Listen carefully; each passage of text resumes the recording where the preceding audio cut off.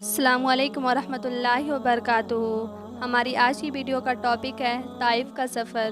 مکہ مکرمہ میں اسلام کی دعوت کا جواب سختی اور استہزاء سے مل رہا تھا، اس کے باوجود نبی کریم صلی اللہ علیہ وسلم نے صبر اور حکمت کے ساتھ لوگوں کو توحید کی دعوت دینا جاری رکھا۔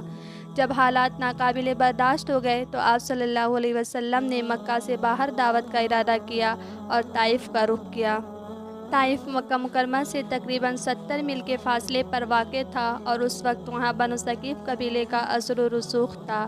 آپ صلی اللہ علیہ وسلم کے ہمراہ زید بن حارثہ رضی اللہ تعالیٰ عنہ بھی تھے، جو آپ کے منہ بولے بیٹے تھے اور آپ صلی اللہ علیہ وسلم کے ساتھ ہمیشہ رہتے تھے۔ جب آپ صلی اللہ علیہ وسلم طائف پہنچے تو وہاں کے 3 بڑے سرداروں سے ملاقات کی، جو ایک ہی خاندان سے تعلق رکھتے تھے۔ یہ تینوں سردار تھے عبداللہ بن عمرو، حبیب بن عمرو، مسعود بن عمرو۔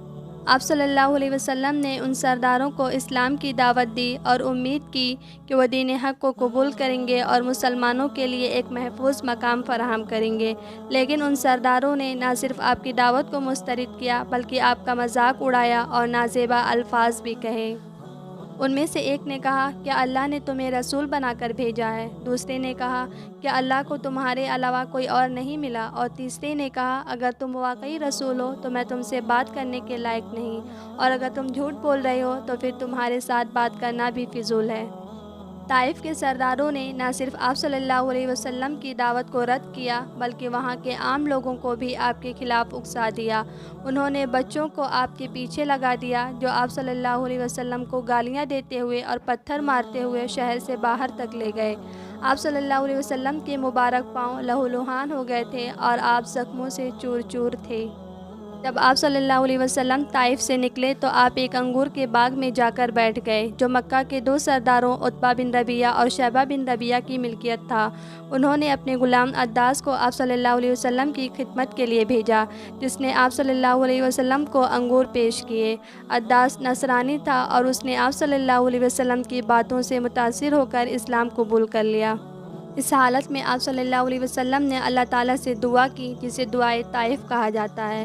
یہ دعا نبی کریم صلی اللہ علیہ وسلم کی عاجزی اور اللہ تعالیٰ پر کامل بھروسے کی بہتری۔ آپ صلی اللہ علیہ وسلم نے دعا میں کہا، اے اللہ، میں تجھ ہی سے اپنی کمزوری، بے سر و سامانی اور لوگوں کی نظروں میں حقیر ہونے کی شکایت کرتا ہوں۔ اے سب سے زیادہ رحم کرنے والے، تو ہی کمزوروں کا رب ہے اور تو ہی میرا رب ہے۔ تو مجھے کس کے حوالے کر رہا ہے؟ کسی غیر مہربان دشمن کے حوالے کر رہا ہے جو مجھ پر قابو پالے، یا کسی ایسے دشمن کے حوالے کر رہا ہے جو مجھ پر حملہ آور ہو؟ اگر تو مجھ سے ناراض نہیں ہے تو مجھے کسی چیز کی پرواہ نہیں۔